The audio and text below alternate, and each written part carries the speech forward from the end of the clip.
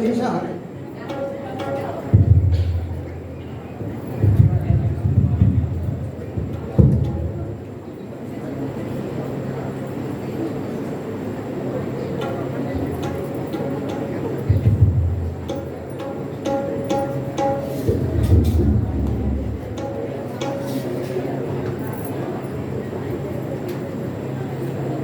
Hello.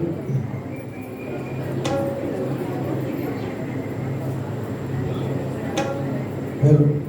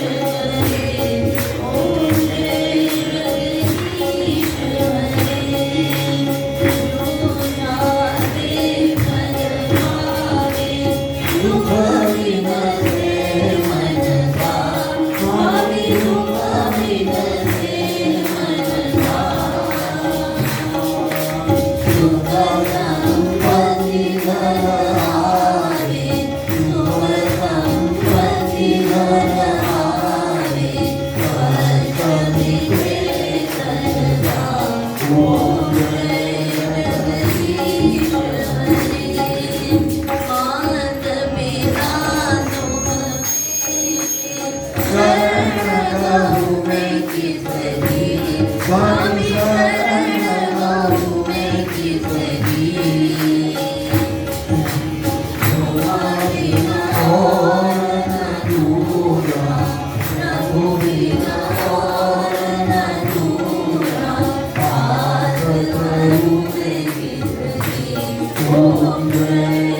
Jagadish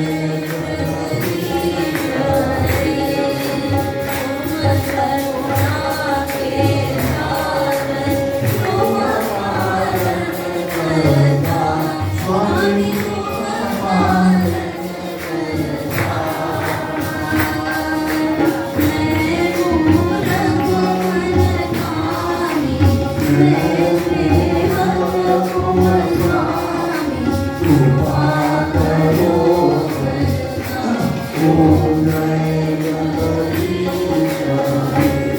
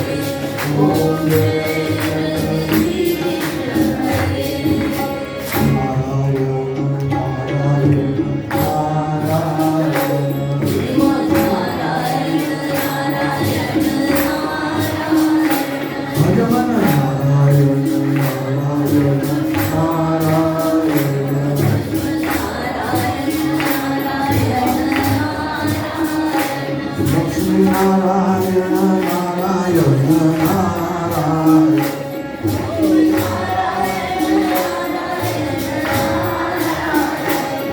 Sriman Narayana Narayan Narayan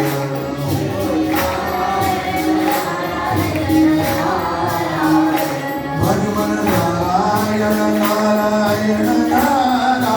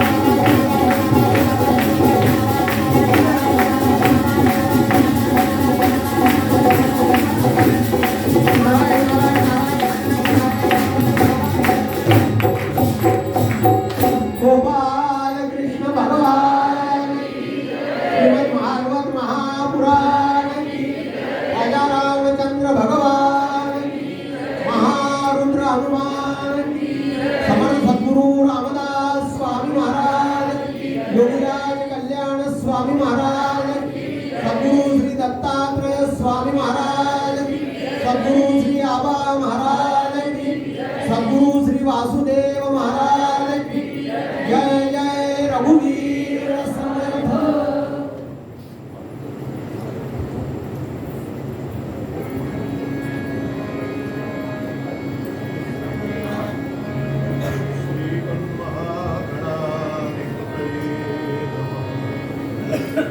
Shri सरस्वत्यै नमः। श्रीवत्सगुरुजनारविन्दाभ्यां नमः। वेदाय नमः। वेदपुरुषाय नमः। मातृपितृचरणकमलेभ्यो नमो नमः। सर्वेभ्यो देवेभ्यो ब्राह्मणेभ्यो नमो नमः। सद्गुणात्मशक्ता भक्ता श्री भगवान् गोपाल कृष्ण महाराज जय जय रघुवीर सद्गुरु श्री ब्रह्मलीनंद महाराज सद्गुरु श्री कल्याण स्वामी महाराज सद्गुरु श्री दत्तात्रेय स्वामी महाराज हरे नमः हरे नमः हरे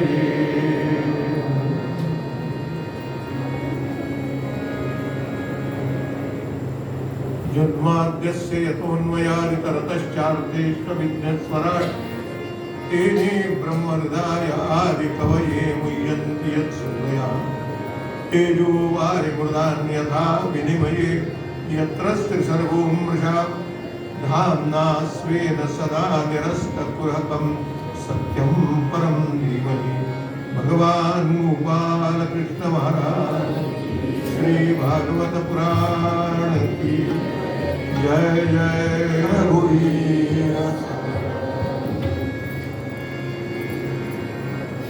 भगवान श्री रामचंद्रांच्या चरणाशी श्री समर्थांच्या चरणाशी कल्याण स्वामी दत्तात्रेय स्वामी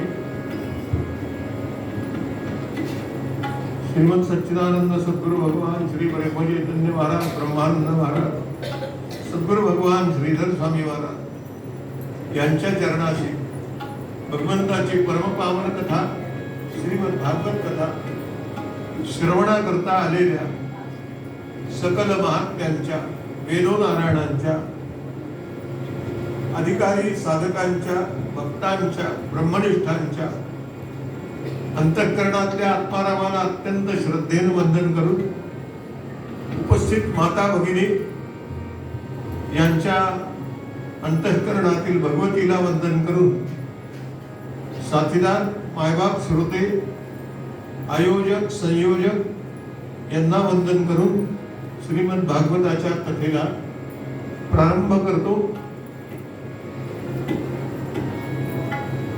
कोणत्याही कार्याची सुरुवात मंगलाचरणाने करायची असते। कार्य मंगल जरी असलं ना तरी सुद्धा मंगलाचरण करायचं असा शास्त्र संकेत आहे, असा शिष्ट संप्रदाय आहे। मी शिष्ट शब्द उच्चारला आहे, शिष्ट शब्द उच्चारलेला नाही, कारण शिष्ट काहीच मानत नाही। आणि त्याप्रमाणे हे मंगलाचरण जे आहे हे वस्तुनिर्देश रूप आहे, हे नमस्कार रूप आहे आणि हे आशीर्वाद रूप आहे। आणि तिन्ही मंगलाचरण ज्या एका भागवताच्या पहिल्या श्लोकात आलेले आहेत तो मी श्लोक आपल्या समोर सुरुवातीलाच ठेवलेला आहे। भागवताला काय सांगायचं हे भागवतकारांनी पहिल्या श्लोकात सांगितलं, म्हणून पहिला श्लोक ज्याला सद्गुरु कृपेनं कळला, समजला, उमगला, ओळखला त्यांनी अखंड त्याचं चिंतन करावं।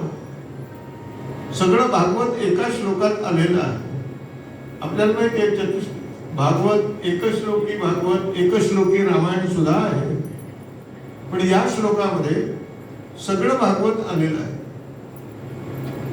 एका ओळीमध्ये त्यारोबरी जर सगळी ज्ञानेश्वरी सांगितलेली आहे, ओम नमो जी आद्या वेद प्रतिपाद्या जय जय सुसंवेद्या आत्मरूप, एका ओळीत सगळी ज्ञानेश्वरी आली। म्हणून कुठल्याही ग्रंथाचा पहिला श्लोक पहिली ओळी ही फार महत्वाची असते, त्याच्याकडे बारकाईने लक्ष द्यायला। म्हणून नामदेव म्हणाले, नामावडे ग्रंथ श्रेष्ठ ज्ञानदेवी, पण एक तरी ओवी अनुभवावी, न तू वाचावी, न तू पाठ करावी, अनुभवावी. कारण सगळ्या संतांचं बोलणं हे अनुभवाचं बोलणं असतं. आणि भागवत म्हणजे काय तर निगम कल्पतरो गलितम फलम शुकमुखामृत द्रव संयुतम पिबत भागवतम रसमालयम मुहुरुहु रसिका भुवि भाविका. निगम कल्पतरो गलितम फलम. वेदांचं हा वेद वृक्ष जो आहे ना, कल्पतरू म्हटलं त्याला. त्या वेदरूपी कल्पतरू वृक्षाला लागलेलं परिपक्व फळ आहे. आणि त्या फळाला कुणी चोच लावले? शुकाने चोच लावले. आणि म्हणून ज्या फळाला शुकाने चोच लावलेली असते त्या फळाची गोडी काही वेगळीच असते. करटाल लावून पिकवलेली फळं आणि झाडावर पिकलेली फळं आणि त्यातल्या त्यात त्याला शुकाने चोच लावलेलं फळ याची गोडी काही वेगळीच असते. शुकमुखामृत द्रव संयुतम. आणि भागवत काय तर पिबत रस विबत भागवतम रसमाल. हे रसांचं आलय. रस शब्दाचा अर्थ काय? रसो वैसहा यम लब्ध्वा आनंदो भवति. काल आपण बोललोय थोडस. जिथे आनंदच मिळतो त्याला रस असं म्हणतात. आणि असा आनंद ज्या ग्रंथामध्ये, असं श्री भागवत महापुराण कसं निर्माण झालं, कोणाच्या मुखातून आलं, कोणी सांगितलं, याचा काल थोडासा आपण विचार केलाय महात्म्य सांगताना. एकदा नैमिषारण्यात शौनकादिक ऋषी भगवत प्राप्तीसाठी अनुष्ठान करत असताना इतिहास व 5वा वेद पुराण यांचा समग्र अभ्यास केलेले सूत तेथे आले. ऋषींनी मोदवर्क देऊन सूतांचे स्वागत केले आणि प्रश्न केला, कलियुगातील अल्पजीवी जीवांच्या शाश्वत कल्याणाचा सुलभ, सोपा, सुगम, सुकर असा उपाय का? देवकीच्या पोटी भक्तवत्सल दयागण भगवान श्रीकृष्णाने कोणत्या कारणासाठी अवतार घेतला? अनेक ब्रह्मनिष्ठांनी ज्याच्या चरित्राचे सतत संकीर्तन केले, त्याचे चरित्र ऐकताना प्रत्येक शब्दामध्ये अमृत भरलेलं आणि भरलेलं आहे. आणि भागवतकारांच्या शब्दात सांगू, स्वाद स्वाद पदे पदे. स्वाद गोडीच आहे.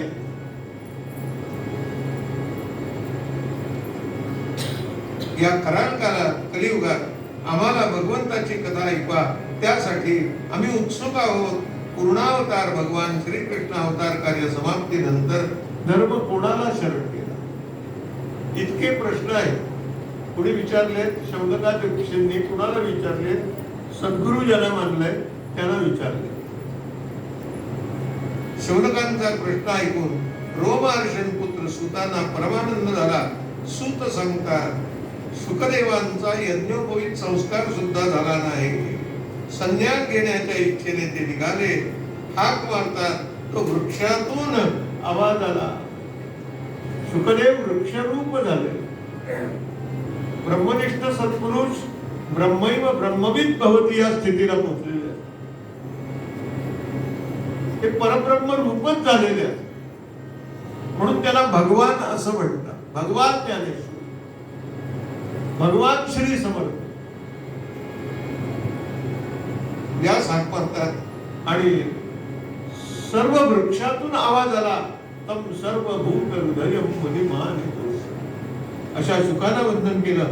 सर्व वेदांचे श्रीमद भागवत पुराण ज्या अनेक ऋषीमुनींनी आश्रय घेतला त्याला नमस्कार केला. आणि नारायण नमस्कृत्य नरंचैव नरोत्तमं देवीं सरस्वतीं व्यासं ततो जयमुदीरये. पहिला प्रश्न आहे, कलियुगात अल्पजीवांच्या कल्याणाचा सुलभ मार्ग कोणता? सुतांनी सांगितलं, एका शब्दात सांगितलं, भक्ती मार्ग. ज्ञान मार्ग नाही, कर्म मार्ग नाही, योग मार्ग नाही. का नाही? कारण ज्ञानाला वैराग्य लागतं. आणि वैराग्य शब्दाचा अर्थ असा आहे श्रोते हो, विषयातला दोष दिसणं याला वैराग्य असं म्हणतात. जोपर्यंत विषयातला दोष दिसत नाही तोपर्यंत वैराग्य अंगी बाणत नाही. ज्ञानेश्वरांचा दृष्टांत सांगतो, वामिनी या अन्ना जेवी लाळ न घोटे रसना की अंगन सूर्य अंगना प्रेताची. आपण केलेलं श्रीखंड आपण खाल्लं, पोटभर खाल्लं, यथेच्छ खाल्लं, पण आधी तिथे माती होतीच की नाही, आणि ते सगळं उलटून पडलं. तो मित्र आला, ते म्हणाला भाऊसाहेब काय केलं नाही, काय जेवलात आज? श्रीखंड जेवलो, भरपूर जेवलो. मग काय झालं तुम्हाला आता, असे का दिसता? सगळं उलटून पडलं. पण त्या मित्रांनी सांगितलं, आता असं सांगणारा मित्र काय लायकीचा असेल, हा भाग वेगळाच. तो म्हणाला तुमच्याच पोटातून बाहेर पडलेलं आणि तुम्हीच केलेलं आहे ना, ते पुन्हा खायला काय हरकत नाही. इच्छा होत का? दोष दिसतो. वामिनी या अन्ना जेवी लाळ न घोटे रसना. आणि माऊली म्हणते की अंगन सूर्य अंगना प्रेताची. पत्नी गतप्राण झाल्यानंतर कितीही जरी त्याच्यावर प्रेम असलं तरी तिचा हातात शहाणा हात, आपल्या हातात शहाणा पुरुष घेऊन कधीच आम्ही किती प्रेमाचे आहोत सांगत नाही का? दोष दिसतो. म्हणून विषयातला दोष दिसला की विरक्ती निर्माण होते, आणि विरक्ती आली तरच ज्ञान होते. योगाभ्यासामध्ये नियम पाळायला लागतात, कर्म मार्गामध्ये खूप कटकटी असतात, पण सोपा मार्ग कोणता आहे? सुतांनी सांगितलं भक्ती मार्ग हा सोपा आहे. आणि भक्ती मार्ग सोपा आहे म्हटल्यानंतर शौनकांचा प्रश्न ऐकला, कलियुगात अल्पजीवांच्या कल्याणाचा मार्ग म्हणून भक्ती सांगितलं. ती भक्ती कशी आहे? सवयी पुंसा परोधर्मा येतो भक्तीर अधोक्षजे आहे तुक्य प्रतिरतः यदात्मा साम प्रसिद्धती. भक्तीने ज्ञान येते, भक्तीने वैराग्य येते. म्हणून अल्पजीवी जीवांना कलियुगात भक्तीचाच आश्रय करावा. अशा भक्तीचे फल काय? अशा भक्तीचं फल काय ते पण सांगितलंय भागवतामध्ये. विद्यते हृदय ग्रंथी छिन्नन्ते सर्व संशयाः क्षीयन्ते चास्य कर्माणि एकं दृष्ट्वा प्रणात्मने. विद्यते हृदय ग्रंथी, हृदयातल्या सगळ्या अज्ञानाच्या ग्रंथी तुटतात, सगळे संशय संपतात. आणि अशी भक्ती क्षीयन्ते यास्य कर्माणि, सगळ्या कर्माला तिलांजली भक्ती देते. आणि म्हणून भक्तीच्या मार्गाने जावं. भगवान सत्वरजतम गुणांचे मिश्रणाने प्रकृतीची निर्मिती करतो, विश्वाची निर्मिती करतो.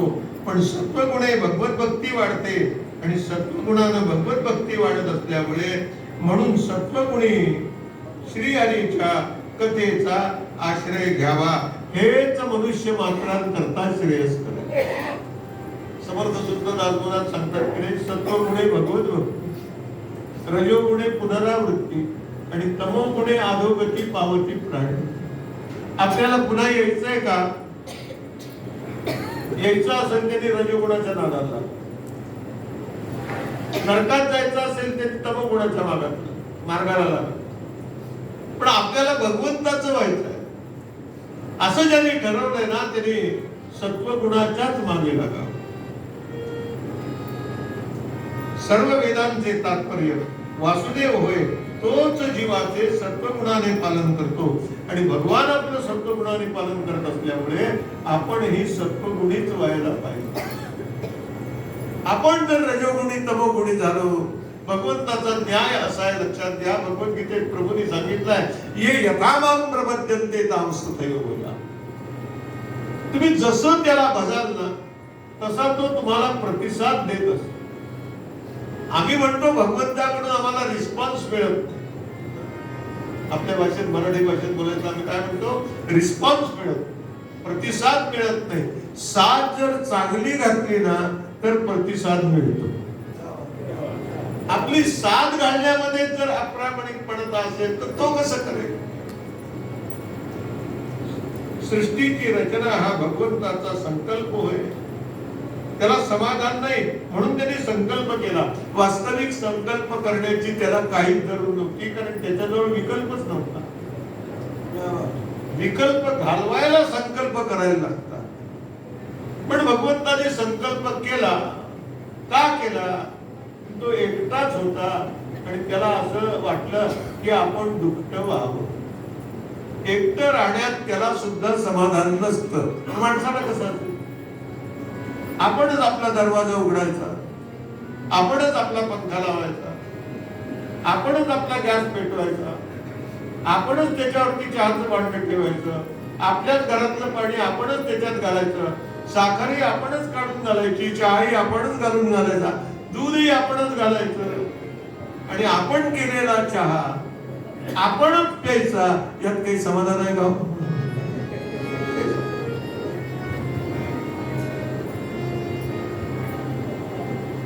मग आल्याबरोबर सांगावं ना, किंवा फोन करून सांगावं मी 15 मिनिटात आलेलो आहे.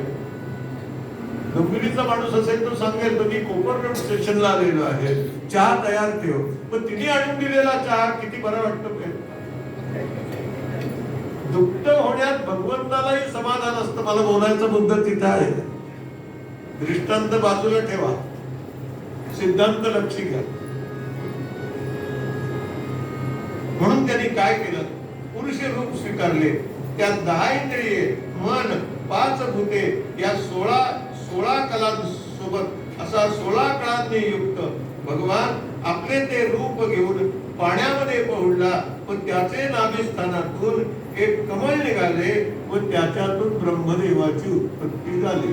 तो एकटा होता पण त्यांनी आणि कोणाला तरी निर्माण केलं की नाही? एकटा होता पण त्यांनी अनेक कोणाला तरी निर्माण केलं. एकाकी न रमत. आणि म्हणून तो म्हणाला एको अहम बहुस. तो पाण्यात होता. तो पाण्यात होता. पाणी हे त्याचं आयन म्हणजे घर होत आणि नार म्हणजे पाणी आणि आयन म्हणजे घर. तेव्हापासून त्याचं नाव नारायण असं पडलं. तेव्हापासून त्याचं नाव नारायण असं. अशा भगवंताने जगत कल्याणार्थ अनेक रूपाने अवतार घेतले. पहिला अवतार त्यांचा जो आहे तो सनक सनंदन सनातन आणि सनत कुमार. दुसरा वराहरूप अवतार, तिसरा नारद रूप अवतार आहे, चौथा नरनारायण रूप अवतार आहे, पाचवा कपिल महामुनींचा अवतार, 6वा दत्तप्रभूंचा अवतार आहे, यज्ञावतार आहे, ऋषभदेवांचा अवतार आहे, पृथ्वीराजाचा अवतार आहे, मत्स्यावतार आहे, कच्छावतार आहे, धन्वंतरीचा अवतार आहे. मोहिनी रूप घेऊन ज्या वेळेला त्या मंथनातून, समुद्र मंथनातून अमृत कुंभ निघाला, ते अमृताचं वाटप करायला भगवंताने अवतार घेतला. तो अवतार त्याला मोहिनी रूप असं म्हणतात. पुढचा नरसिंह रूप अवतार आहे.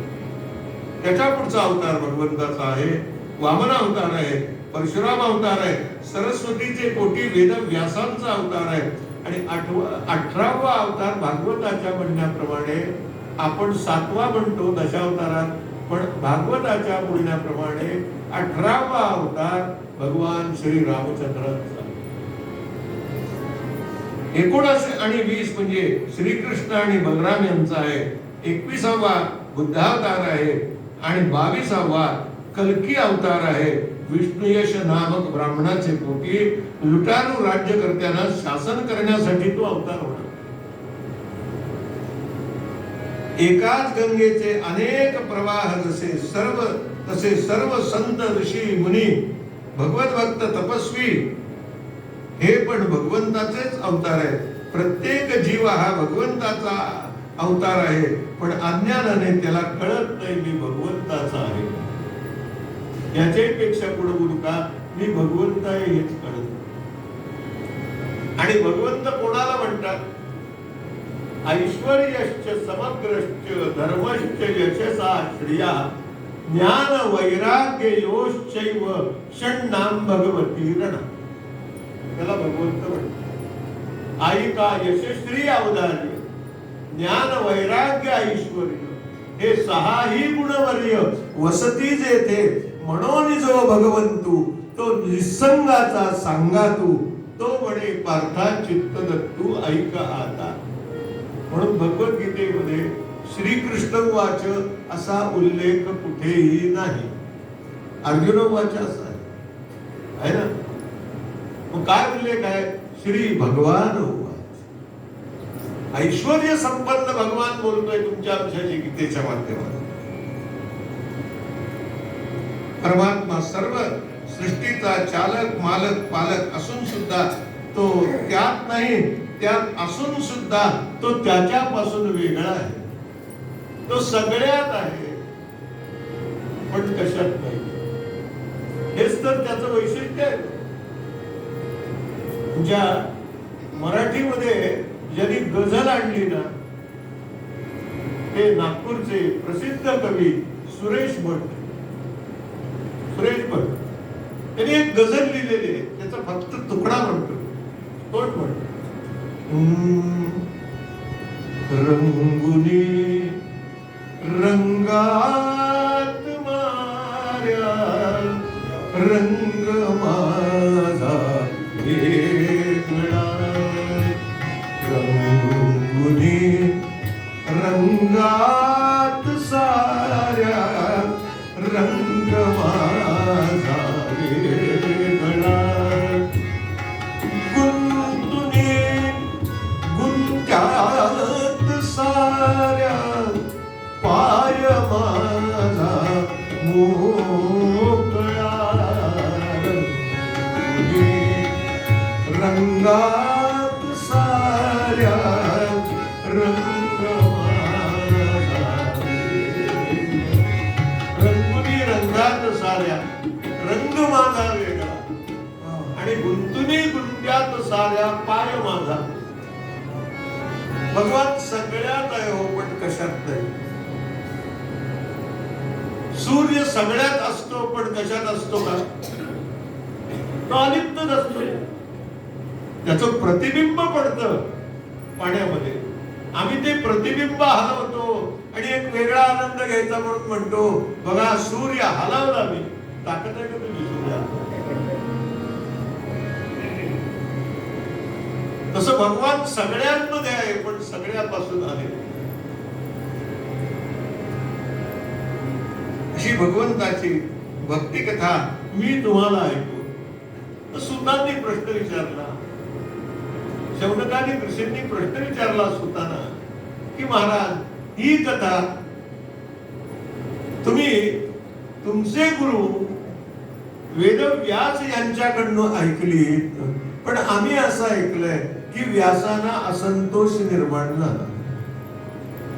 आता एवढे मोठे वेदव्यास ज्यांनी वेदाचे भाग केले 17 पुराणांची रचना केली व्यासांनी. नमोस्तुते व्यास विशाल बुद्धी उल्लार विंदार तपत्र नेत्र येन त्वया भारत पतैल पूर्णः प्रज्वालितो ज्ञानमय प्रदीपः. ज्यांच्या बुद्धीच्या तेजाने विश्वातले ज्ञानाचे दीप प्रज्वलित होतात अशी त्यांची प्रज्ञा. त्या वेदव्यासांना असंतोष कसा निर्माण झाला?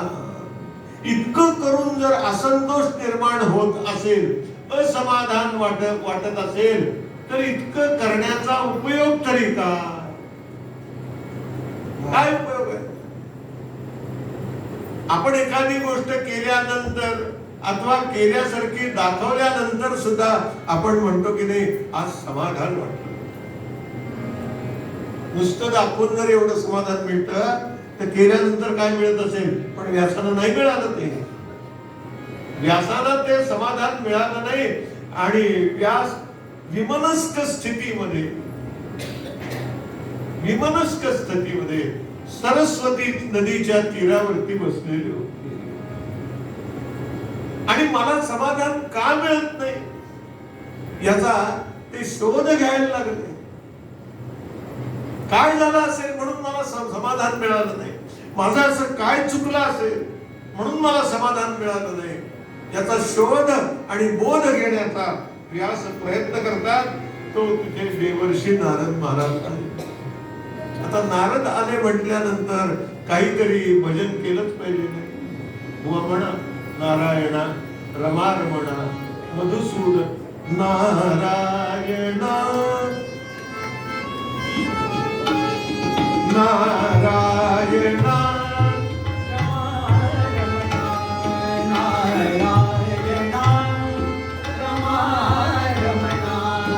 मधुसूदना मनमोहना मधुसूदना मनमोहना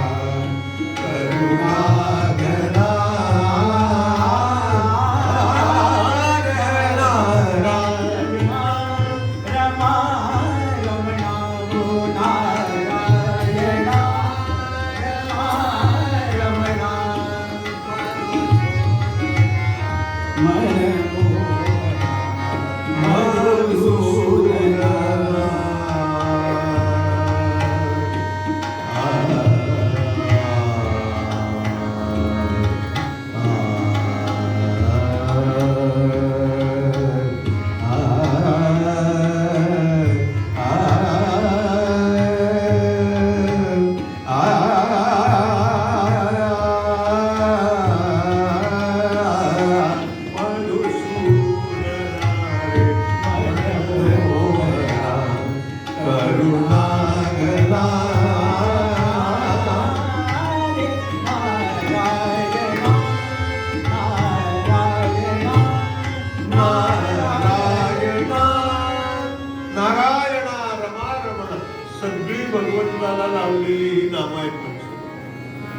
मधुसूदना मनमोहना करुणाघना धाव आता श्री हरी झळकले बलसागर गोविंदा तुझे या चरणी सादर वंदन करितो परमानंदा करितो परमानंदा दे प्रसादा व्यंकटेशा जगताचा आनंदा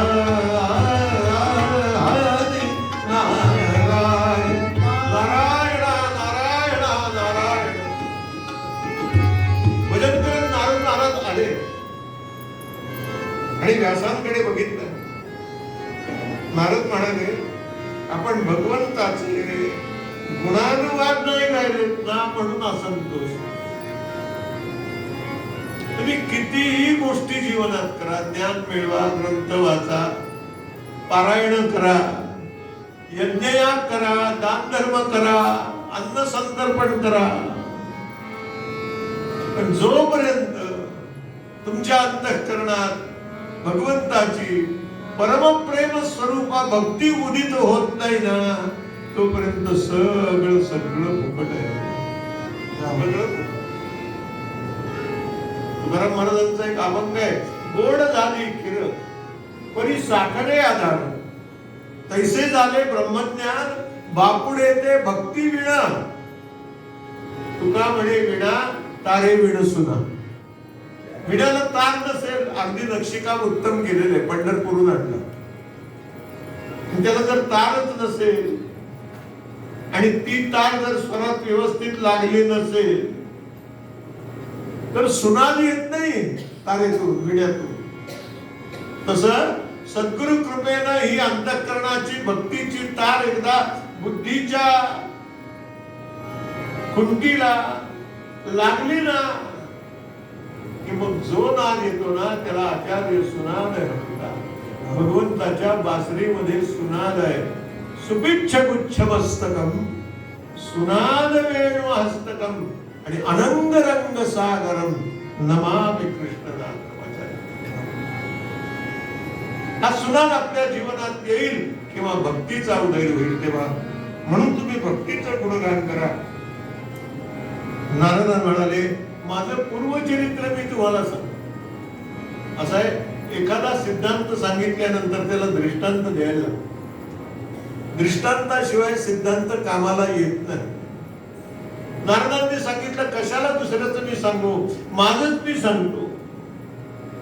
मी दासीपुत्र होतो. काही योगी चातुर्मास मुक्काम म्हणून आमच्या घरात आले. त्यांची माझी भेट झाली. लहान होतो पण वृत्ती ईश्वराकडे लागलेली होती. माझी वृत्ती पाहून मुनीने अनुग्रह केला. त्यांनी सांगितल्याप्रमाणे मी साधना केली. एकभुक्त राहिलो. गुरुसेवा केली. परिणाम चित्तशुद्धी झाली. परिणाम चित्तशुद्धी झाली.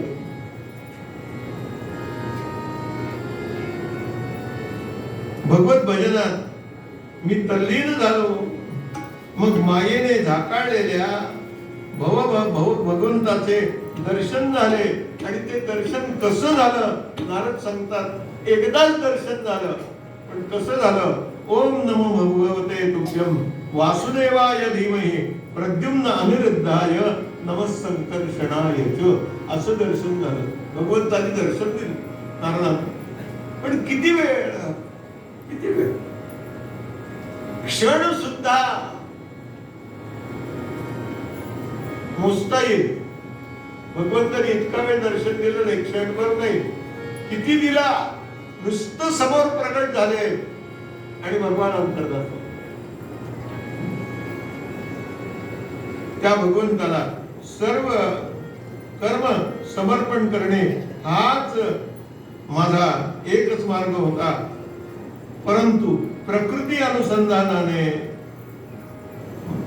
मला अनुभव आला, तुम्ही आपण हेच करा. मी केलं तेच तुम्ही. संतांचा स्वभाव असा आहे, ते जे केलेलं असतं ना तेच करायला सांगतात. समर्थांनी जे केलं ना तेच समर्थ तुम्हाला आम्हाला करायला सांगतात. महाराजांनी केलं तेच महाराज तुम्हाला आम्हाला करायला सांगतात. आम्ही करत काहीच नाही आणि जगाला उपदेश करत बसतो, डोस पाजत बसतो. हे करा, ते करा, ते करा, ते करा. आम्हाला एखादा महात्मा भेटतो, तो विचारतो, आपण किती करता. पण आम्ही पण तुला किती शाळे. ते म्हणे, आम्ही करण्याकरता सांगत नाही, आम्ही जे आम्ही केलंय ते म्हणून सांगत नाही, तुम्ही काय करावं हे सांगण्याकरता आमचं. असं सांगू नये. आधी केले मग सांगितले. व्यास विचारतात नारदा, आपण हे काम पुढे काय केले, आपले उर्वरित जीवन कसे व्यतीत केले, मृत्यू समयी काय केले. काळ जर सगळ्या गोष्टी नष्ट करतो तर आपल्याला ही पूर्वजन्माची स्मृती कशी. व्यासांना पडलेला प्रश्न नाही, आपल्याला सुद्धा हा प्रश्न पडतो. नीट जर भागवत आपण ऐकू ना तर आपल्याला असे अनेक प्रश्न निर्माण होतात की काळ जर सगळ्या गोष्टी नष्ट करतो ना. नारद, तुम्हाला ही पूर्वजन्मीची स्मृती कशी. नारद सांगतात, मी लहान होतो, एकुलता एक आईचा मुलगा होतो. आई माझी दासी म्हणून, दासीपुत्र. आई शिवाय मला छत्र नव्हते. तिला माझी खूप चिंता, पण जीव दैवाधीन. आई माझी गतप्राण झाली. आणि तेव्हा मला कळलं, काय कळलं, दोन ओंडक्यांची होते सागरात भेट, एक लाट तोडी जीवा पुन्हा नाही गाठ. क्षणिक देवी आहे बाळा वेळ माणसांचा, पराधीन आहे जगती पुत्र. मनुष्य काही जरी केलं ना तरी तो दैवाच्या पुढे जाऊ शकतो, नशिबाच्या पुढे जाऊ शकतो. दैव फार बलवत्तर आहे जीवनामध्ये. मग माझ्या वाट्याला असं का आलं, त्याच्या वाट्याला तसं का झालं असा विचार न करता, माझं काहीतरी चुकलं असेल म्हणूनच मला हे शासन असेल असा विचार करावा. मी एकटाच पडलो. जिकडे रस्ता सापडेल तिकडे फिरलो. नद्या, पर्वत, वृक्ष, प्राणी, पशु खूप पाहिले. फिरता फिरता एक दिवस थकलो तहान लागली, एका नगरीत गेलो, जलपान केले, आचमन केले, एका पिंपळाच्या खाली एकाग्र चित्ताने श्रीहरीचे ध्यान केले. हृदयात भगवंताचा आविष्कार होऊ लागला. अष्टसात्विक भाव जागे झाले.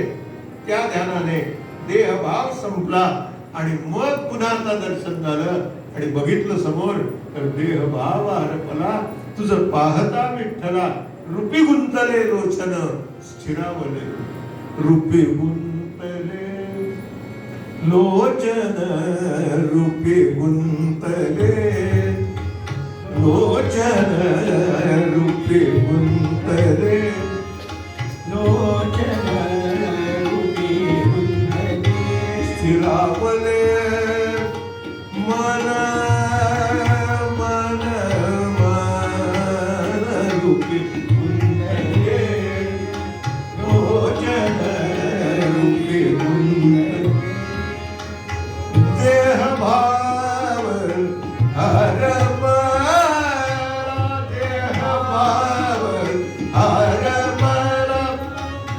तुझं पाहता श्री विठ्ठला, विठ्ठला रूपी गुंतले. हे स्वर आपण कुठेतरी ऐकल्यासारखे वाटत असते. बघा कुठे जागे होतात का स्वर हे.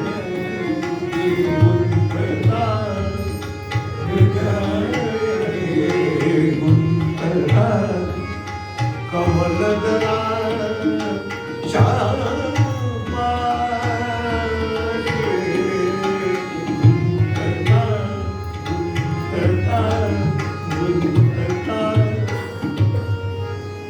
मला ते दर्शन पुन्हा झालं.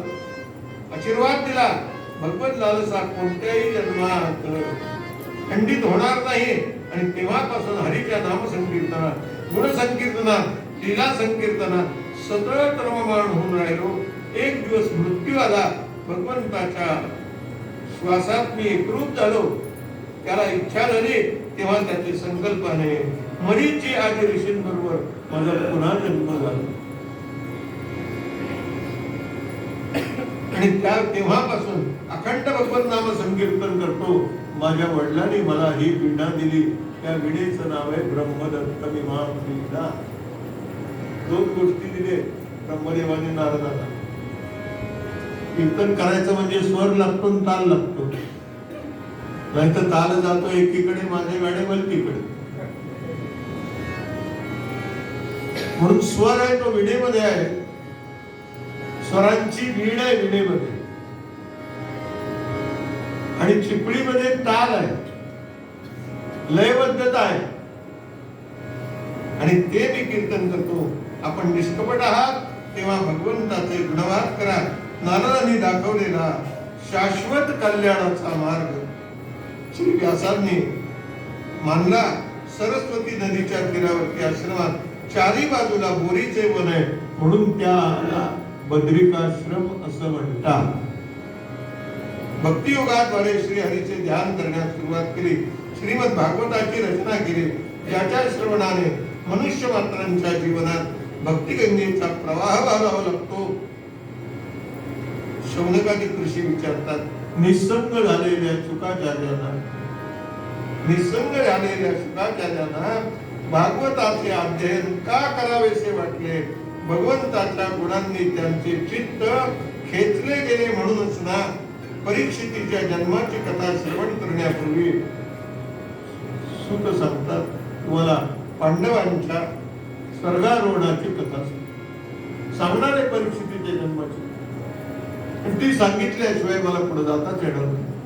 पण त्याच्या अगोदर परीक्षिती ज्यांच्या वंशामध्ये जन्माला आला त्या पांडवांच्या स्वर्गारोहणाची कथा सांगतो. गदायुद्धामध्ये भीमाबरोबर युद्ध करताना मांडी फुटलेला दुर्योधन रणांगणामध्ये पडलेला होता. डोकं फुटलंय, मांडी फुटले, रक्त वाहतंय सगळ्या अंगातून. आणि आपल्या धन्याचं राजाचं काहीतरी भलं करावं म्हणून अश्वत्थामा गेला. आणि त्यांनी बघितलं आणि दुर्योधनाला सांगितलं, मी तुला बरं वाटेल असं काहीतरी करून देतो. आणि अश्वत्थामा गेला पुढे पांडवांच्या शिबिरात. द्रौपदी आपल्या 5 मुलांना आपल्या जवळ घेऊन झोपली होती आणि या चांडाळाने हातामध्ये शस्त्र घेऊन त्यांचे केस धरले आणि एकेकाचा शिरच्छेद करत त्या केसाला 5 मुंडकी बांधली आणि दुर्योधनासमोर आणून ठेवली. राजा, आता तरी तुला बरं वाटेल ना? आता तरी बरं वाटेल? दुर्योधन म्हणाला, काय केलंस वेड्यासारखं? असं काही करायला पाहिजे होतं असं नव्हतं. नाही राजा, तुला बरं वाटेल म्हणून मी हे केलं. द्रौपदीच्या 5 मुलांची हत्या झाली. हे सकाळी रात्री बघते द्रौपदी, तो आपली मुलं त्यांची मस्तकं कापलेली रक्त वाहतंय. अर्जुनाला बोलवलं, पतीला आपल्याला बोलवलं आणि महाराज असं असं झालंय, कोणी केलंय मला माहित नाही. अर्जुनाने ते बघितलं आणि अर्जुनाने प्रतिज्ञाच केली, हे ज्या कोणी दुष्कृत्य केलेलं असेल बालवधाचं, त्याचं रक्त आणून त्या रक्ताने तुझी वेडी घालील आणि त्याच्या मस्तकावरती तू नाचशील, तेव्हाच मला समाधान. कलह एकदा निर्माण झाला ना, तिथं कोणत्या टोकाला जाईल सांग. म्हणून घरामध्ये, गावामध्ये, सभेमध्ये कलह नसा, शांतता असा. 10 दिवसात मस्तकावर पाय ठेवून स्नान करशील. अर्जुन अश्वत्थाम्याच्या मागे लागला. भयभीत झालेल्या अश्वत्थाम्याला आश्रय शोधून पळू लागला. शेवटी ब्रह्मास्त्र सोडले. 10 दिवसात उग्र असा अग्नी दिसायला लागला, अग्नीच्या ज्वाळा दिसायला लागल्या. भगवान गोपाल कृष्णाने हे बघितलं आणि भगवंताला माहित होतं हे कोणी केलेलं आहे. प्रभू अर्जुनाजवळ आले आणि अर्जुनाला सांगितलं, अर्जुना, हे अश्वत्थाम्याचं कृत्य आहे, हे अश्वत्थाम्याचं कृत्य आहे. अर्जुन म्हणाला, मी त्याच्या शोधात चाललेलो, कारण इतकं वाईट कृत्य ब्राह्मणाचा मुलगा असून सुद्धा कोणी करणं शक्य नाही. भगवान म्हणाले, मी पण येतो तुझ्या. पण त्यांनी ब्रह्मास्त्र सोडलंय. ते ब्रह्मास्त्र त्याला आवरता येत नाही. तुला माहितीये, तुला सोडायची विद्या कळली आणि आवरायची विद्या कळली. ब्रह्मास्त्र आवर, जगताची राख होईल. नाही तर भगवंताने सांगून अर्जुनाने ब्रह्मास्त्र आवरलं, अश्वत्थाम्याला पकडलं आणि अर्जुनाने काय केलं, त्याच्या मस्तकात मणी होता ना, त्याच्या मस्तकात मणी होता, तो काढला आणि त्याला बांधून शिबिरात आणला आणि द्रौपदी समोर उभा केला. द्रौपदी समोर उभा केला.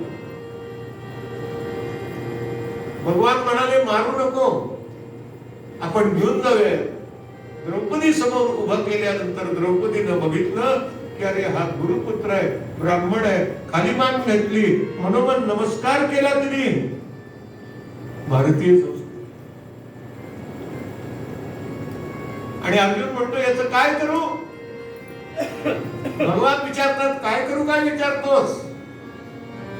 अग्निनो गरदश्चैव शस्त्रपाणीर धनापहा क्षेत्र दारापहारीच षडेते यातताईला.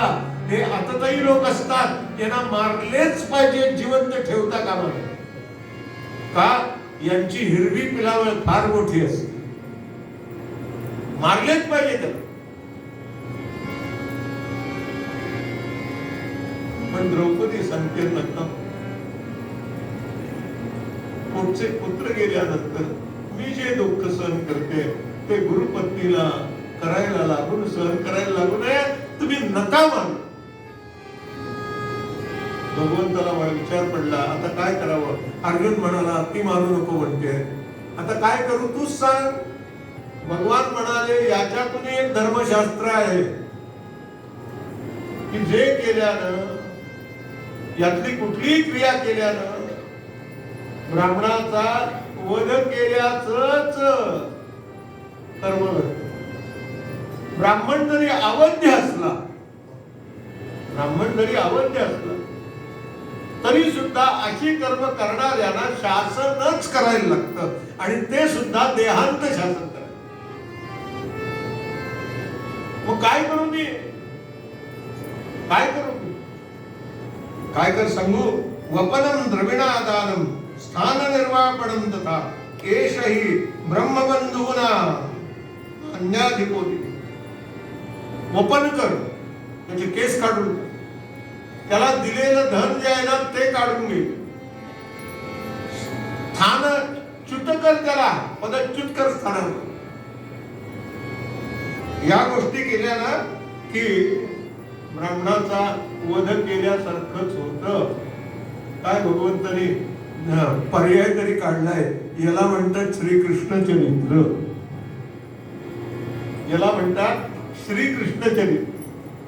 अर्जुनानं सांगितलं कर बाबा, केस काढले, त्याचे दिलेलं द्रव्य सगळं काढून घेतलं. तो मणी काढलाच होता, त्याने आपल्या डोक्यावर हात ठेवला आणि वणवण फिरतोय आजपर्यंत. तो कशाला? तेल मागायला. जखम अजून भरत नाहीये. अश्वत्थाम्याची जखम अजून भरत नाहीये. असंतुष्ट आत्म्यांच्या जखमा कधीच भरत नाही. अश्वत्थामा हे असंतुष्ट आत्म्याचं रूपक आहे. नाही भरत त्या जखमा. आणि अश्वत्थामा अजूनही फिरतो. नर्मदा परिक्रमा ज्यांनी प्रामाणिकपणे केलेली असेल ना, ते सांगतात आम्हाला अश्वत्थामा या रूपात दिसतो. असंतुष्ट आत्मे कोणत्या रूपात दिसतील सांगता येईल. मुंडन कर, द्रव्य काढून घे, स्थान भ्रष्ट कर.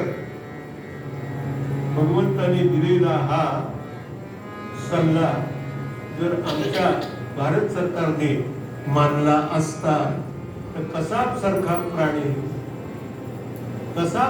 प्राणी बरेच दिवस जिवंतच राहिला नसता. काय त्याची तुरुंगात बडदास सावरकरांची होती का अशी? राष्ट्राकरता जीवन त्याने अर्पण. लोकमान्यांची होती बंडालेच्या तुरुंगात. स्वातंत्र्य सैनिकांची होती, चाफेकर बंधूंची होती. आणि याची तो म्हणेल ते त्याला पाहिला, अरे कसली ही अहिंसा?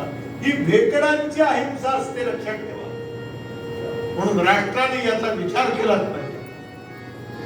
राष्ट्राने याचा विचारच केला पाहिजे. गर्भात परीक्षितीचे रक्षण, कुंतीने श्रीकृष्णाची स्तुती आणि धर्मराजाचा शोक, धर्मासह सर्व पांडवांनी युद्धात गेलेल्या आपल्या आप्तांचे तर्पण करण्यासाठी गंगेच्या तीरात गेले, तर्पण केले, गंगास्नान केले. सर्व पांडव शोक करतात. प्रभू व दैन्य मुनी सांत्वन करतात. पांडव सिंहासनाधीष्ठ झाले.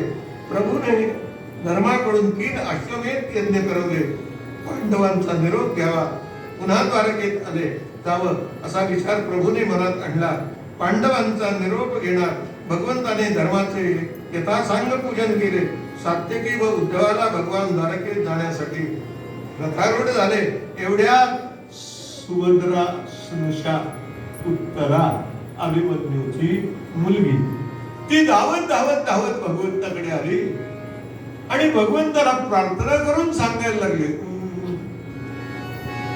धावत ये सख्या यदुराया, धावत ये सख्या यदुराया, धावत ये सख्या यदुराया, धावत ये सख्या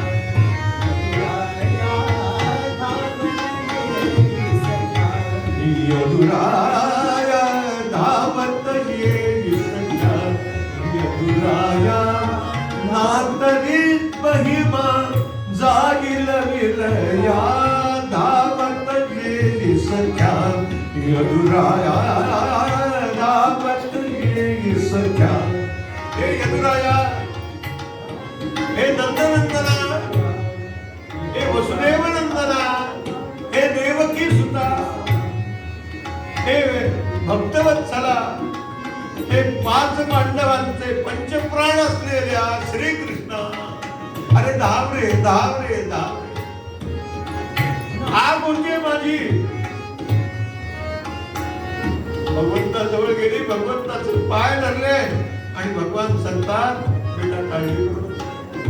मी अजून गेलेलो नाहीये, काळजी करू नको. आणि भगवंताने आपल्या सुदर्शन चक्राने ते ब्रह्मास्त्र त्या उत्तरेच्या गर्भात चक्र सोडलं आणि ब्रह्मास्त्र परतवून टाकलं. अश्वत्थामा म्हणतो, माझं ब्रह्मास्त्र परत कसं आलं? काम केल्याशिवाय परत कसं आलं? तेव्हा त्याला कळलं की त्यांचं रक्षण करणारा ज्याचा सखा हरी त्यावरी विश्व कृपा. म्हणून आपण आपलं नातं इतरांशी जोडण्यापेक्षा भगवंताशी जोडा. माझा राम सखा, मी रामाचा दास नित्य बोलावे, हाची सुबोध गुरूंचा रामापाशी आनंद. चित्तवृत्ती त्याच्याशी आनंद कराव्यात आणि तो नाही धावून आला ना तर तो भगवंत. हाके सरशी उडी घालोनी स्तंभ पोडी, ऐसे कृपाळू ते कोण माझे विठाई वाच. हा केसरशी, हा केसरशी म्हणजे नरसिंह आणि हा के सरशी. हाकेला सांगतो बाजूला हो, मला जायचंय, वेळ होतोय. घालोनी या उडी, ऐसे कृपाळू ते कोण, देवाशिवाय कोण कृपा. भगवान म्हणाले काळजी करू नको. भगवंताने ते ब्रह्मास्त्र सोडलं आणि त्या गर्भाभोवती फिरता येते आणि तो गर्भ आतून विचार करतोय, हे कोण आहे, हे काय आहे, हे कोण मला सांभाळतंय, हे कोण मला सांभाळतंय असा तो विचार करतोय. पांडवांचा कुलतंतू वाढतो आहे, संकल्प केलेला आहे. ब्रह्मास्त्र उत्तरेच्या गर्भावर अंतर्बाह्य एकरस झालेल्या परमेश्वरास आमचे दंडवत असो असा त्या गर्भस्थ शिशूने भगवंताला आतून प्रणाम केले. काय म्हणाले? नमः पंकजनाभाय, नमः पंकजमालिने, नमः पंकज नेत्राय, नमस्ते पंकजाग्रणे. भगवान आता तो आतून स्तुती करतोय आणि पांडव बाहेरून स्तुती करतायत आणि पांडवांच्या मध्ये कुंती भगवंताला सांगते जवळ येऊन, कृष्णा किती सांभाळलंच रे आम्हाला, लाक्षाग्रहात सांभाळ. भीमाला विषप्रयोग केला तेव्हा सांभाळलं, द्रौपदी स्वयंवरात सांभाळलं, किती ठिकाणी तू आम्हाला सांभाळलं आणि अजूनही सांभाळतो. वनवासात सांभाळलं. कृष्णा भगवान म्हणतात, आत्याबाई अगं हे माझं कर्तव्यच आहे. मित्राणाय साधूना विनाशाय च दुष्कृताम धर्म संस्थापनार्थाय संभवामी युगे युगे. हे माझं कर्तव्यच आहे, यात काय मी जास्त केलं. आणि भगवान विचारतात, आत्याबाई मी तुला काय देऊ? आता मी तुला काय देऊ? काय कुंतीनं मागितलं असेल हो देवानं? आपण असतो तो काय मागितलं असेल? अशीच भागवताची आमंत्रण पुन्हा पुन्हा येऊ. सरड्याची धाव शेवटी कुंभरापर्यंतच असते ना. कुंतीने काय मागितलंय लक्षात ठेवण्याचं. भगवान जर प्रसन्न झाला आणि तो म्हणाला काय देऊ तुम्हाला, काय देऊ? एकाला भगवान प्रसन्न झाला आणि भगवंताने विचारलं तुम्हाला काय देऊ बाबा, काय देऊ? बाबांनी काय मागावं त्याच्याजवळ? बाबांनी सांगितलं तंबाखूची पुडी आहे जवळ पण चुन्याची डबी नाहीये, तेव्हा तेवढी घेऊन ये. मागू नये.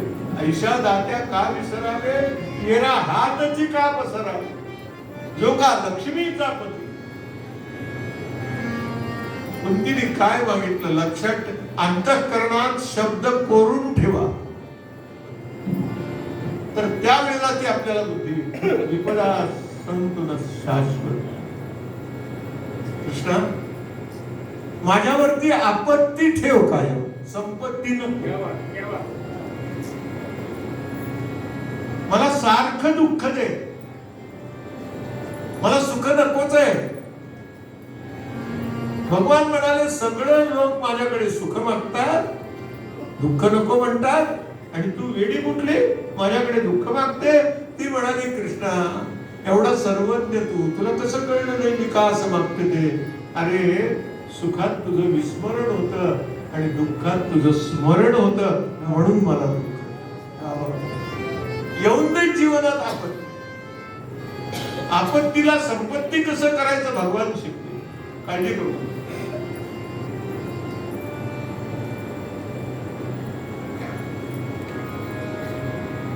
पांडवांना पाहून आणि पांडव निघाले, धर्माने सगळं संतर्पण वगैरे केलं, मृतात्म्यांचं श्राद्ध काय करायचं होतं ते केलं, आणि शरपंजरी पडलेल्या भीष्मांच्याकडे भगवान आले. श्रोते, एक ऐका तुम्ही, महाभारतात कृष्ण चरित्राला जितकं महत्व आहे ना, कृष्ण चरित्राला जितकं महत्व आहे तितकंच महत्व महाभारतात भीष्म चरित्राला. भीष्म चरित्र आयुष्यभर ज्याने आपली प्रतिज्ञा मांडली आणि खरी करून दाखवली. शंतनू आणि गंगेचे पुत्र आहेत ते, गंगेला अर्पण केलेला आहे तो, आणि प्रार्थना केली, गंगे गोदे यमुने माझा नोहे तुझाची हा बाळ, जतन करी गे याते स्वाधीन केला न का पिता नाळ. तुझ्या स्वाधीन केलं, याला सांभाळ, म्हणून त्याला गंगानंदन असं म्हणतात, गंगा सुत असं म्हणतात. गंगा यमुनेला एकदा सांगत होती, अगं माझा हा देवव्रत किती हुशार आहे तुला सांगू का, याला दुधाचे दात येण्यापूर्वीच 4 वेद मुखोद्गत झालेले, इतका हा हुशार. पण भीष्म सुद्धा आपली मर्यादा सांभाळून होते. त्यांनी असा कधीच आग्रह धरला नाही मला भीष्माचार्य म्हणून. कारण त्यावेळेला मी त्यावेळेला म्हणतो, आचार्य ही पदवी फक्त ब्राह्मणाला दिली जायची, आता कोणालाही कुणी बी आचार्य त्यावेळेला फक्त ब्राह्मणाला, म्हणून कृपाचार्य, द्रोणाचार्य आणि शरपंजरी भीष्म पडलेले.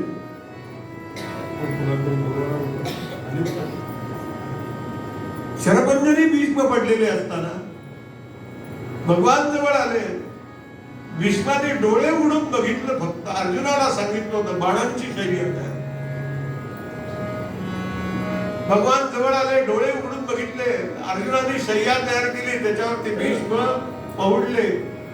उत्तरायणाची वाट बघत होते, कारण मृत्यू स्वाधीन होता, ते मृत्यूच्या स्वाधीन नव्हते.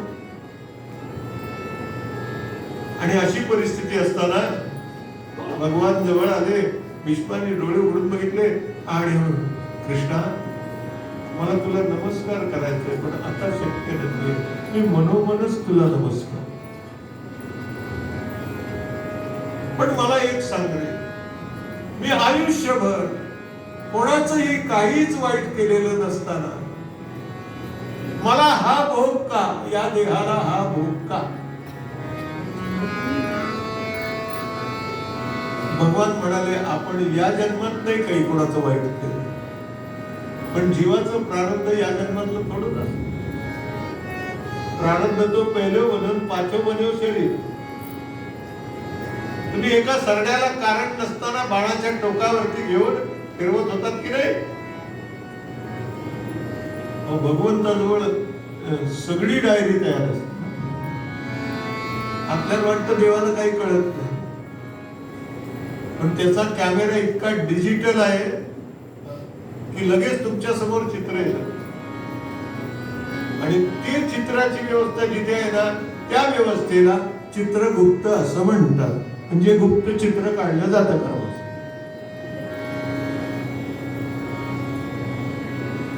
केलं की नाही तुम्ही? केलं मग त्याच आहे. म्हणून माणसाने नेहमी सत्कर्मयोगी वय घालवावे, सर्वामुखी मंगल होऊ.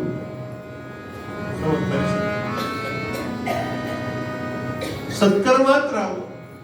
नाही जमलं ना तर मनाने तरी शुभचिंता. कोण्याही जीवाचा नगडो मत्सर, वर्म सर्वेश्वर पूजन. तुका म्हणे ऐशा साधनी जो राहे, तया सुख होये आपो आपो. काय महाराज बोलतात, सुख त्याच्या पायाजवळ येत. आणि भीष्म सांगतायत पांडवांना, तुम्हाला वाटत असेल हा तुमच्या घरातली सगळी कामं करतो, पण याला तुम्ही अजून ओळखलेलं नाही. मी सांगतो, मी ओळखलंय. एष वै भगवान साक्षात अधो नारायण उमा. हा प्रत्यक्ष भगवान आहे. कृष्णस्तु भगवान स्वयं. हा प्रत्यक्ष भगवान आहे. तेव्हा याचे पाय सोडू नका, याचं नाम सोडू नका. आपल्या भक्तांवर कृपेचे छत्र धरणारा श्रीहरी माझ्या प्राणत्यागाच्या वेळी येऊन दर्शन दिले. भगवान तुझे काय मी आभार मान. तुझं हास्य इतकं सुंदर आहे ना की त्याच्याकडे बघतच राहा. हसितम मधुरम लसितम मधुरम मधुराधिपते अखिलम मधुरम. वल्लभाचार्य म्हणतात मधुराधिपती, तू इतका सुंदर दिसतोस ना की तुला किती वेळा जरी बघितला ना तरी पोट भरेल. रामाचं दर्शन असंच आहे की नाही आपल्याला?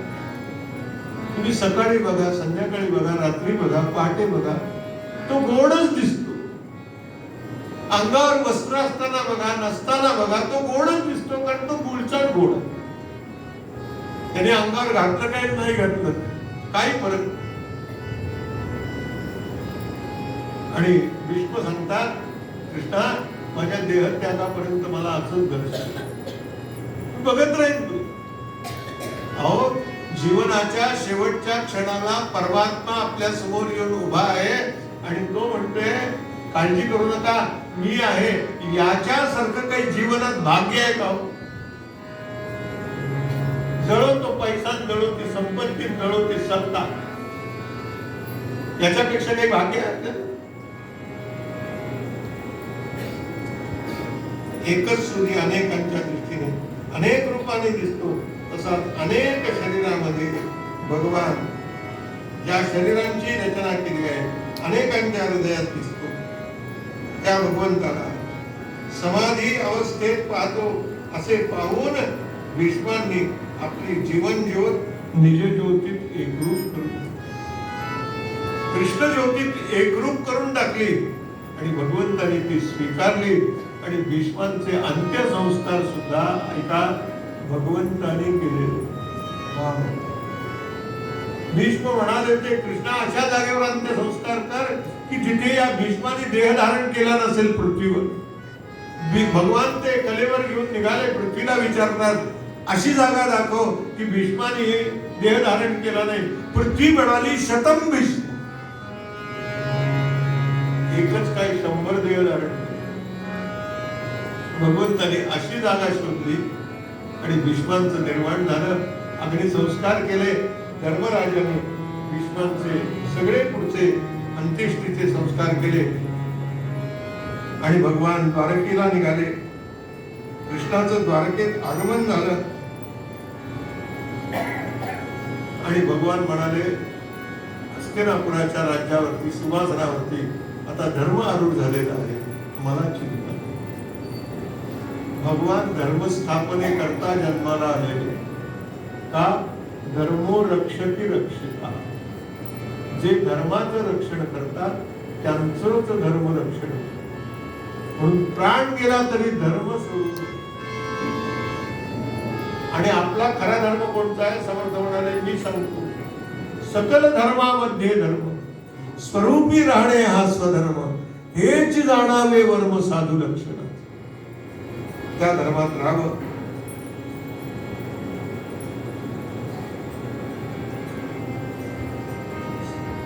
शौनकादी ऋषी सुतांना विचारतात, उत्तरेच्या गर्भावर सोडलेल्या ब्रह्मास्त्रापासून भगवंताच्या सुदर्शनाने चक्र केले.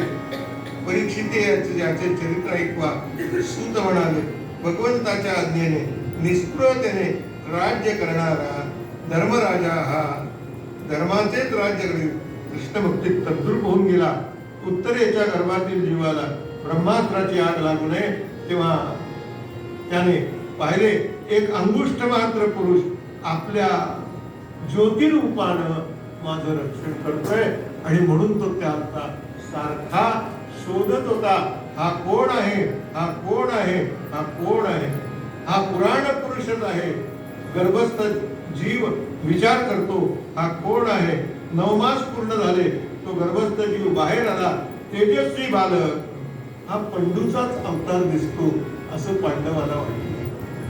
आपलेच वडील आपल्या पोटी जन्माला आलेले आहेत असं म्हणतात की रे. म्हणून पूर्वीच्या काळी पद्धत होती, आज्याचं नाव नातवाला ठेवायचं, तोच जन्माला आलेला असतो. धौम्य कृपाचार्य जातक नामकरण केलं आणि त्याचं नाव विष्णुराज असं ठेवलं आणि त्याचं व्यावहारिक नाव परीक्षिती असं. तो शोधत होता ना, सारखा परीक्षा करत होता, कोण आहे, कोण आहे, कोण आहे, कोण आहे. आणि रात्रंदिवस त्याने विष्णूच ध्यान केलंय म्हणून त्याला विष्णुराज असं नाव. कलीचे दमन करणारा ऋषिकुमारांचा शाप तक्षक दर्शनामुळे आणि त्याचं भविष्य वर्तमान सांगितलं गेलं सगळं की हा कसा होईल. त्याचे विष्णूने रक्षण केले. रामासारखा कुलदीपक, शिबीसारखा दाता, धनुर्विद्येत अर्जुनासारखा सहस्रबाहू, कृपाचार्यांसारखा, अग्नीसारखा अपराजित, समुद्रासारखा विशाल,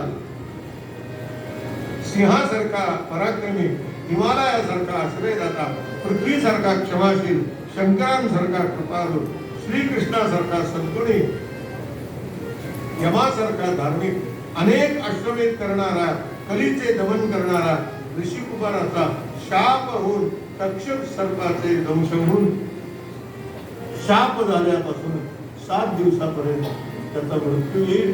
पण पूर्वपुण्य असल्यामुळे सर्व संघ परित्याग करून तो गंगेच्या तीरावरती जाऊन बसेल आणि तिथे त्याच्या परमभाग्याने व्यासपुत्र शुकदेव ते त्याला शोधत येतील आणि त्याला ज्ञानोपदेश करून त्याचं मृत्यूचं भय संपवतील. ते परीक्षितीच्या मृत्यूचा उत्सव करतील साजरा परीक्षितीसह. असं जातक सगळं वर्तवलं. विदुरांनी सूत सांगतात, तीर्थयात्रेला गेलेल्या विदुराने मैत्रेयाकडून आत्मज्ञान प्राप्त करून हस्तिनापुराला आले तेव्हा त्यांचे धर्माने उत्तम स्वागत केले, पूजन केले. धर्माने प्रश्न विचारले, पक्षी जसे आपल्या अंडांना सांभाळतात तसं तुम्ही आम्हाला आजपर्यंत सांभाळलं, मग आम्हाला सोडून का गेला? आमच्या हात काही पाप भेटलं, आपल्याला काही त्रास झाला का आमच्याजवळ? विदुर सांगतात, नाही रे झालं. पण एक लक्षात, आपला कितीही जरी मान सन्मान जिथे राखला जातो तिथे सातत्यानं राहणं बरं नसतं. भागवत देश अतिपरिचयात अवज्ञा सततंगमनात अनादरो भवती. म्हणून आपला मान आपणच ठेवायचा. तीर्थयात्रेत कसे राहिला विदुराचे सर्व वृत्तांत सांगितला व यदुवंशाच्या विनाशाची गोष्ट काढली नाही. कळली होती, पण धर्मराजाला सांगितलं. कारण कृष्ण हा पांडवांचे पंचप्राण. कळली होती विदुराला, पण सांगितली नाही. विदुर काही दिवस हस्तिनापुरात राहिले. एक दिवस कालगती जाणून धृतराष्ट्राला विदुर म्हणाले, समय फार वाईट आला आहे. काळ मस्तकावर येऊन ठेपला आहे. महाराज, आपले पुत्र, भाऊ, ताऊ, संबंधितांनी सगळे सगळे गेले, पण तुमची गती काय? आता तुम्हाला गेल्यानंतर पाणी द्यायला, पिंड द्यायला कोणीही शिल्लक राहिलेलं नाही. आणि तरीही सुद्धा तुम्ही या मायेच्या जाळात अडकलेले आहात. काय म्हणावं आपल्याला? काय म्हणावं? काय हे अज्ञान? हे बंद तोडा. उद्ध्वस्त करायचे ठरवले तर त्याचाच आश्रय घेऊन राहता. ज्याने उद्ध्वस्त केलायचं ठरवलं तर, ज्याला तुम्ही उद्ध्वस्त करायचं ठरवलं तर त्या पांडवांचा आश्रय घेता. भीमाने दिलेल्या एका अन्नाच्या गोळ्यावरती जगता, पण तरी तुमची अजून वासना संपत. मन मरे माया मरे, मर मर जाय शरीर, आशा तृष्णा ना मरे, कह गए दास तुम्ही. काय हे अज्ञान? काय म्हणावं याला? संध्याला विचारले. या दोघा काकांनी आम्हाला सांभाळले, पण अचानक का गेले? आणि विदुरांबरोबर धृतराष्ट्र गांधारीसह वर्तमान निघून गेले. कुठे गेले? कोणालाच न सांगता गेले. याला तुम्हाला प्रस्ताव समज. तर मी इकडे जातोय, यांच्याकडे माझा मुक्काम आहे, माझा मोबाईल नंबर हा आहे, वानप्रस्थ नाही. इतकं करण्यापेक्षा घरात राहिलेलं काय वाईट? प्रस्थानाची तयारी असते, त्याला वानप्रस्थ असतं.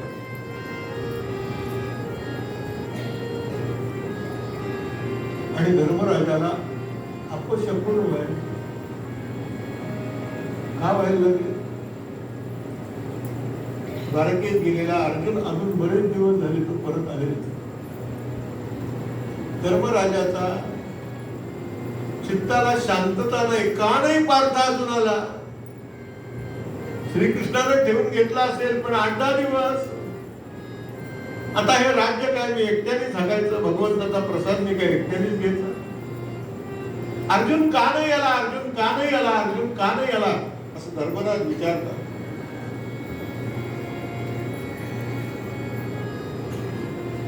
आणि अर्जुनाची स्वारी यायला निघाले. तो युधिष्ठिराला, धर्माला भगवंताने आपल्यावर केलेल्या एक एक कृपेची आठवण यायला. आणि शेवटी धर्म म्हणतो, अशी आमच्यावरती कृपेचा वर्षाव करणारा भगवान श्रीकृष्ण इहलोक सोडून तर गेला नसेल. मन जे चिंती ते वैरी न चिंती. मन जे चिंती ते वैरी न चिंती. पण मन जर राम चिंती तर काय को दुःख होते? म्हणून नेहमी म्हणावं, श्रीराम जय राम जय जय राम म्हणा. श्रीराम जय राम जय जय राम, श्रीराम जय राम जय जय राम, श्रीराम जय राम जय जय राम, श्रीराम जय राम जय जय राम, श्रीराम जय राम जय जय राम. अर्जुनाला आणि अर्जुन सांगायला लागला, रडायलाच लागला. कर्म म्हणाला, का रडतोस रे? अर्जुन म्हणतो, माझ्या पराक्रमाने देवांचे डोळे दिपून जातील असा पराक्रम ही ज्याची कृपा होती, असा पराक्रम ही ज्याची कृपा होती. द्रौपदी स्वयंवरात अनेक राजांचे तेज ज्याच्यामुळे मी सीमित करू शकलो आणि द्रौपदीचा पण जिंकला. इंद्राशी युद्ध करताना अग्नीला खांडवन दान करून कृपा केली ही ज्याची कृपा. नवनाग सहस्रपळी भीमाला विषप्रयोग केलेले असताना ज्या भगवंताने विषाला अमृत पाजून जिवंत केलं ही ज्याची कृपा. राजसूय यज्ञात द्रौपदीचा अपमान होत असताना द्रौपदीला ज्याने सांभाळली चांडाळ चौकापासून, ही ज्याची कृपा. दुर्वास भोजनात 60,000 शिष्यांसह दुर्वास आलेले आणि भगवंताने त्यांच्याही भोजनाची व्यवस्था एका थाळीमध्ये करून दिली, ही ज्याची कृपा. पाशुपत अस्त्र मला ज्याने दिलं, ही ज्याची कृपा. भीष्म द्रोणांवर विजय मिळवला, ही ज्याची कृपा. विराट राजाचे गोधन परत केले, ही ज्याची कृपा. युद्धात अनेक अस्त्रांपासून ज्याने मला राखले. श्रीकृष्ण माझे हृदय होते, त्याने मला फसवलं आणि मला भगवान इहलोक सोडून गेले. धर्मराजाला मूर्छा आली, धर्मराज जमिनीवर पडले. भीम हताश झाला, नकुल सहदेव हातात गेले आणि माझा प्राणप्रिय भाऊ, मी ज्याला आजपर्यंत मानलं, वाढावे कृष्णेने जेव्हा वेण्या असाचे हो नियम, ती द्रौपदी तर तिच्या दुःखाला पारावार नाही राहिला, सुभद्रेच्या दुःखाला पारावारही नाही राहिला. सगळे पांडव शोकात पडले. आणि राजा काय सांगू तुला, विदुराने प्रवास क्षेत्री देहत्याग केला, पांडवांनी धर्माचे अनुकरण केले. द्रौपदी पण तेच गेले आणि पांडवांचं स्वर्गारोहण झालं आणि हस्तिनापुराच्या राज्यावरती राजा परीक्षित आरूढ झाला. त्याचा विवाह इरावती बरोबर झालेला होता. त्याला जन्मेजय नावाचा एक मुलगा होता. आणि असा परीक्षिती एक दिवस उत्तम राज्य करत होता. राजा असावा तर असा असावा असं लोक देवाकडे प्रार्थना करत होते. पण एक दिवस मृगयेला गेला आणि मृगयेला गेलेला असताना परीक्षितीला तहान लागली. इथे कुठे पाणी मिळणार म्हणून एका ऋषींच्या पर्णकुटीजवळ आला आणि त्याला असं वाटलं, ऋषी आपण आलोय म्हटल्यानंतर मी राजा आहे, माझं स्वागत करतील. पण तसं काही झालं. शमिक ऋषींचा आश्रम, ऋषी ध्यानस्थ बसलेले होते. राजा आला, काय कोण आला. राजाला वाईट वाटलं की मी राजा असून सुद्धा माझं स्वागत केलं नाही. एवढासा अभिमान जर झाला तर केवढं भोगायला लागतं. म्हणून तुकाराम महाराज म्हणाले, कणभर होता अभिमान, विठूसी वाटे पर्वतासम. आमचं काय भाऊ, आमचं काय भाऊ, सगळंच मी आहे. नाही या लोकी धनवंत मी, प्रबळ मी, आपल्याला माहिती आहे तो. म्हणून अभिमान शत्रू मोठा, सर्वांना जात तो सुखाचेने, आची सुबोध गुरूंचा मारावा तो समूळ. म्हणून अभिमान नष्ट करायचं एकच साधन आहे आणि ते म्हणजे भगवंताचं नाम. परिस्थितीला वाईट वाटली आणि तिने काय केलं, आपल्या बाणाच्या टोकाला एक मेलेला सर्प अडकवला आणि तो फेकला तो ऋषीच्या जाऊन गळ्यात. ऋषी निघून गेला. मी राजा असून माझं स्वागत केलं जात नाही. काही वेळाने ऋषींचा पुत्र आला आणि त्यांनी बघितलं ही चेष्टा कोणी केली असेल. ज्याने कोणी केली असेल तो आजपासून 7व्या दिवशी सर्पदंश होऊन मरू.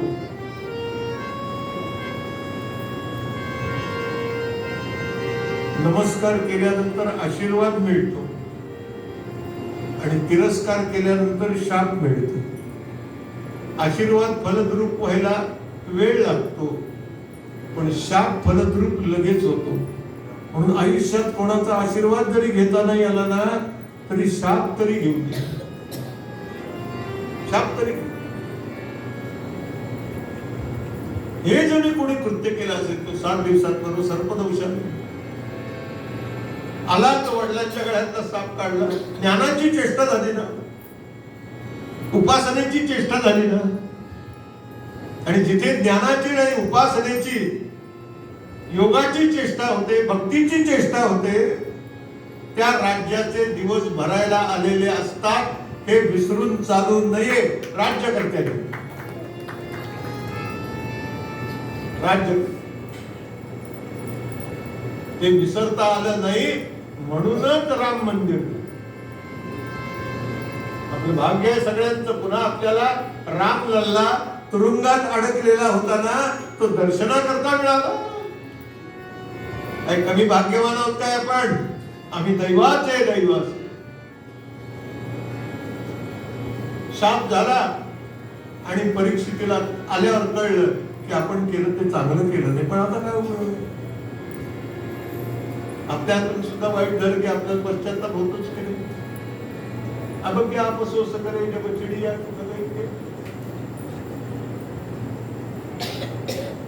परीक्षितीला वाईट वाटलं. आता काय होईल याचं? परिणाम कळला. आपल्याला शाप झालाय आणि तो ऋषीपुत्राचा झालाय. आजपासून 7व्या दिवशी आपल्या या कर्माचं फळ म्हणून आपण सर्पदंश होऊन मरणार राजा असून सुद्धा. काळ म्हणे हाटाहाट, काळ म्हणे देश विदेश वट, काळ म्हणे हौशी चौकट, काही काळ म्हणे हा भूपती, काळ म्हणे हा चक्रवर्ती. परीक्षिती विचारतो आता काय करावं, आता काय करू?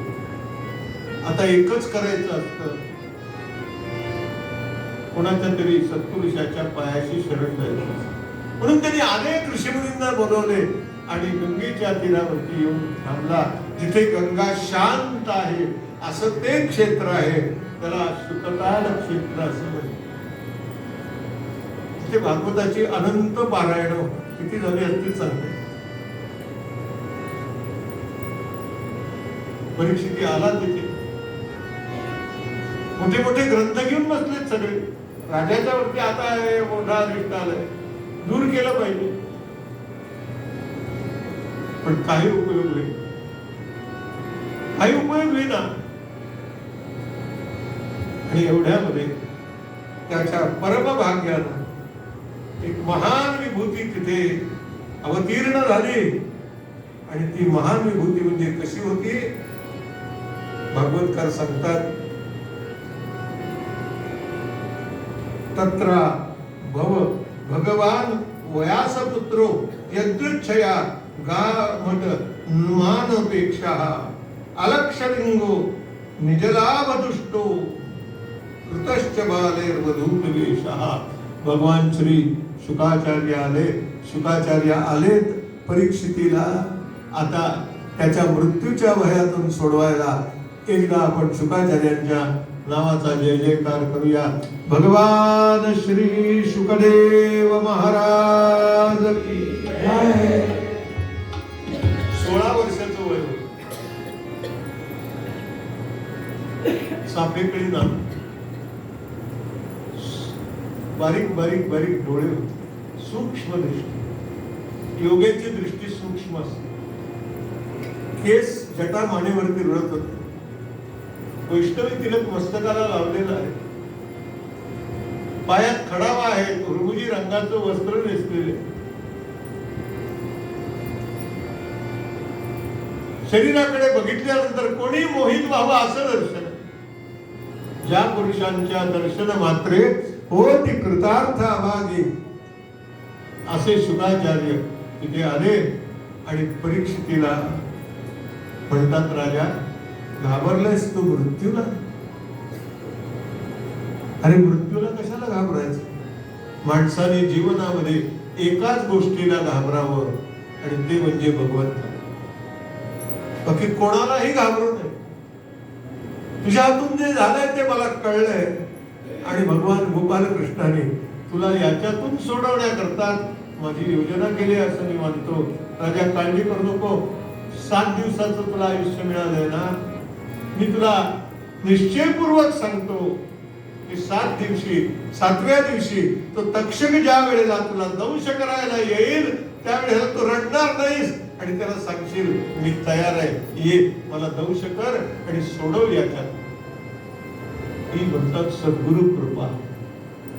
आणि या सद्गुरु कृपेचा आश्रय जर करायचा असेल तर नित्य सत्कथा श्रवण, सद्ग्रंथ वाचन, सत्सभास संत सहवास करावा. क्षणभर होता संत संग, तुका झाला पांडुरंग. असा करावा. आणि तो सहवास केल्यानंतर मग ज्या आपल्या मनातल्या ज्या ज्या ज्या ज्या काही शंका असतात ते सद्गुरु सगळ्याच दूर करतात. कशा दूर करतात? दुसऱ्या स्कंदात आपण आता पोचूया. तेव्हा तत्पूर्वी 10 मिनिटाचा काय म्हणायचं त्या ब्रेकला? Commercial break. मध्यांतर कमर्शियल काहीच नाही, त्याला जलपान ब्रेक असतो. जय जय रघुवीर.